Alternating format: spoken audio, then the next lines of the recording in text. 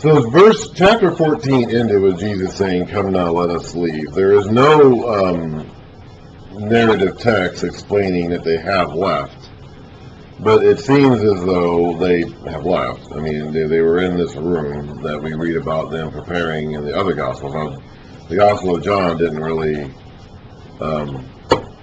tell us anything about them preparing this room, but they were in this upper room. It seems now that, and Judas left at the end of chapter 13, and it seems as though that they have now left this upper room, and they are on their way to where we would call from the other Gospels the Garden of Gethsemane. So this conversation that we read next in chapter 15 and following appears to be en route to this next destination. They appear to be, Jesus seems to be talking as they are traveling, as they are walking from wherever, the room or wherever it was they were in Jerusalem, out of the city and to the Garden of Gethsemane outside the city. This may also even kind of explain this next imagery he uses about vine and branches, if they're walking through the garden already, and he's pointing out the vine and the branches of these various trees and plants. It does know, though, that the text itself doesn't actually say that, but that's been a common speculation over the years. It's kind of one of those things where they can't think the writer just kind of moves on.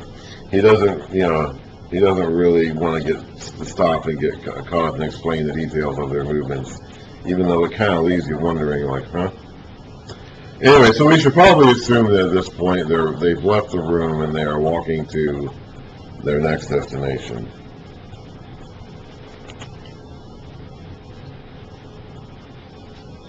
Or maybe even that they're already there, and that he's having this entire discourse with them when they're in the garden, and before he goes off by himself to pray, which we don't read about that in this gospel. We do read in the other gospels that he went into the garden. He took 3 of them with him into the garden, and then he even went farther off by himself to pray alone. We don't read about any of that in John. But this could have all happened, presumably all happened before that, either on their way to the garden or when they got there, when they actually were there. But we don't really know exactly. Anyway, John 15, vine and the branches. Very, very well-known passage. I am the true vine, and my Father is the gardener. Now, we have been reading imagery comparing God to a gardener or a vineyard owner all the way back. This is a very common image of God as a gardener or a vineyard owner. Jesus himself has used this imagery in his parables before. Now, John doesn't really include any of Jesus' parables, but in the other Gospels, when we read about Jesus' parables, he often uses this imagery of God as the owner of the estate or the whatever. So it's very, very, very, very common. He cuts off every branch in me that bears no fruit, while every branch that does bear fruit, he prunes so that it will be even more fruitful. The goal is to produce fruit. It always has been. It always has been. And in the Old Testament imagery of this, Israel is presented as a vineyard or a vine or a tree or whatever that was supposed to produce fruit and didn't, and that's why something had to happen. You either get pruned to produce more fruit, or you get trimmed if you're not, or you get cut off completely if you're not producing any fruit. God has always sought for his people to produce fruit. You are already clean because of the word I have spoken to you. Remain in me, and I will remain in you. No branch can bear fruit by itself. It must remain in the vine. Neither can you bear fruit unless you remain in me.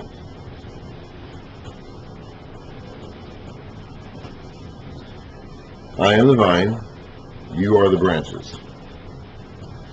If a man remains in me and I in him, he will bear much fruit. Apart from me, you can do nothing. None of us created ourselves. To me, that's the simplest way to explain it. In the end, all of us owe our existence to something else. And we can't dispute or deny this, because none of us create ourselves. And we might like to think that we're self-made men, or that we get so far we can live independently or whatever.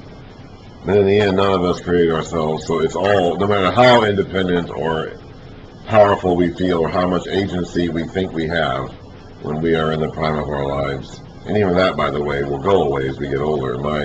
I mentioned my elderly mother at the beginning of this day of videos. She can still function around her house somewhat well, but she has lost a lot of agency, a lot of independence that she no longer has. Even before all this, I mean, there are lots of simple daily tasks that she just hasn't done in a long time, even before this latest incident with her hand injury. I mean, she hasn't made her own meals in a long time. She doesn't do her own laundry. She doesn't go up and down the stairs in her house. She doesn't take the trash out. She hasn't done any of those things in several years at this point. And now she's not even making her own, not only not cooking, but not even preparing stuff in the microwave or getting stuff out of the refrigerator. Hopefully she'll be able to do that again. But even if she doesn't, I mean, it's like, well, there's a lot of things that she hasn't been able to do. And eventually I won't be able to do these things either. Okay, even if we're in the prime of our lives and feel like we can do these things and we can take care of ourselves, eventually we won't be able to. And we weren't able to when we were born. We weren't able to at one point in our lives. Someday we're not going to be able to again. Like, none of us can actually exist on our own. None of us create ourselves. None of us owe ourselves for our existence. So apart from me, apart from the vine, we can't do anything. We're just dead branches. Might as well gather them all up and throw them in the furnace and burn them up. If anyone does not remain in me, he is like a branch that is thrown away and withers. Such branches are picked up, thrown into the fire, and burned. If you remain in me and my words remain in you, ask whatever you wish and it will be given you. That goes back to the whole idea of asking in my name in the previous chapter. This is to my Father's glory, that you bear much fruit, showing yourselves to my disciples. That's how you see God. They saw God through Jesus. People today see God through his disciples acting like he is and bearing fruit.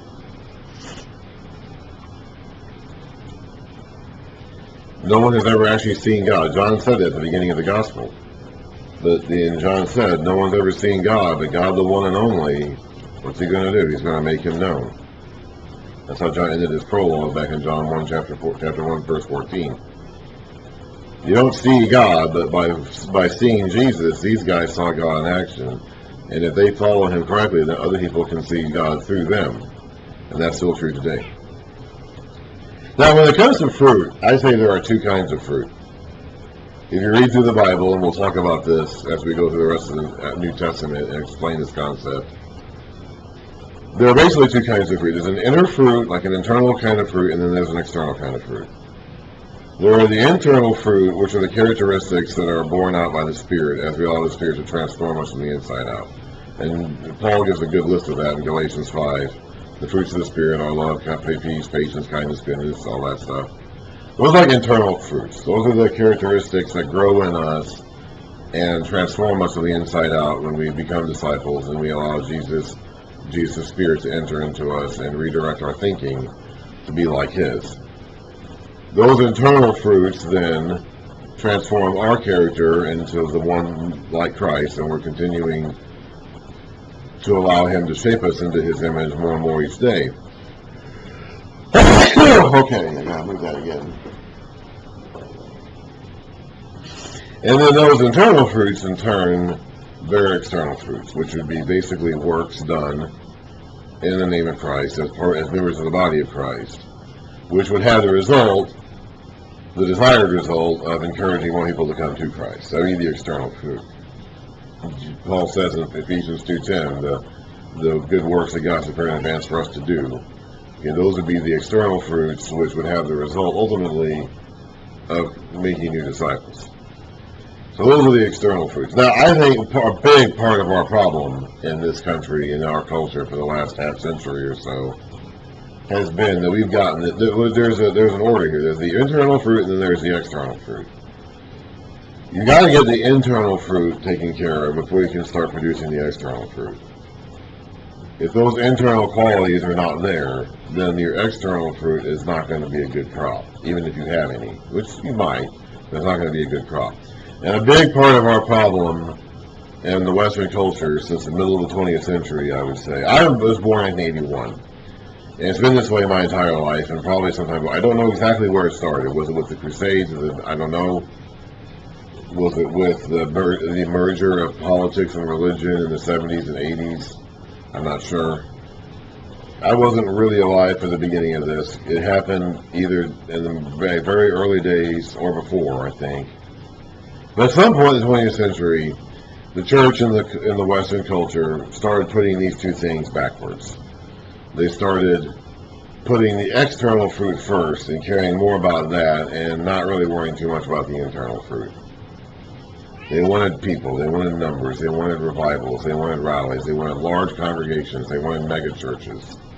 Okay, they wanted TV evangelists, they wanted these big, glorious church buildings and these huge 3,000 seat auditoriums or whatever. And that really became a very prized thing. Okay, they wanted these huge revivals with lots of baptisms and lots of people coming down and being saved. And so the external fruit, those are all external fruit, like all those things, which are not in themselves bad things. They are fruit. They are results of being in the spirit. But they are the external fruit, and they should follow up naturally from the internal fruit, which are the fruits of the Spirit, and the characteristics that come to define us as we allow the Spirit to make us more like Jesus, mold us into the image of Jesus after our baptisms. That comes first, and the external fruit comes after. But we have put the external fruit first because we want big churches and big congregations, and that matters a lot to us. A lot. That matters the most to us. Okay, we have made that our priority. We read in Acts, for example, about 3,000 healing and baptized in one day. We want that to happen. Like we want that kind of result. We want that validation of having a successful ministry by having lots of baptisms. But we put the external fruit first, and the internal fruit becomes secondary. And I think that mix-up has led to our culture being decayed because our internal fruits have not been good. Okay, we have focused on the external fruit so much for so long that we have allowed the internal fruit to decay and rot. Which means the external crop is going to be not good either. Okay, if the internal fruit is messed up, the external fruit is going to be messed up. And so you're going to get into a bad cycle where the more fruit you plant, like the worse the crops are going to be because it's bad internal fruit. Okay, and I believe that's why the church has lost influence. I believe that's why people have turned away from it. I believe that's why the culture has decayed. I believe that's why there's so much of these hedonism and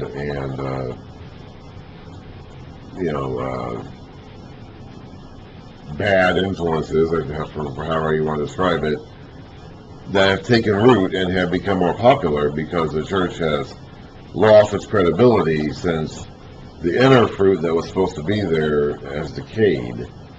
The external fruit that they produced rotted and fell away, and so the spiritual leader, the light that should be shining, hasn't been shining properly for at least 50 years, I'd say.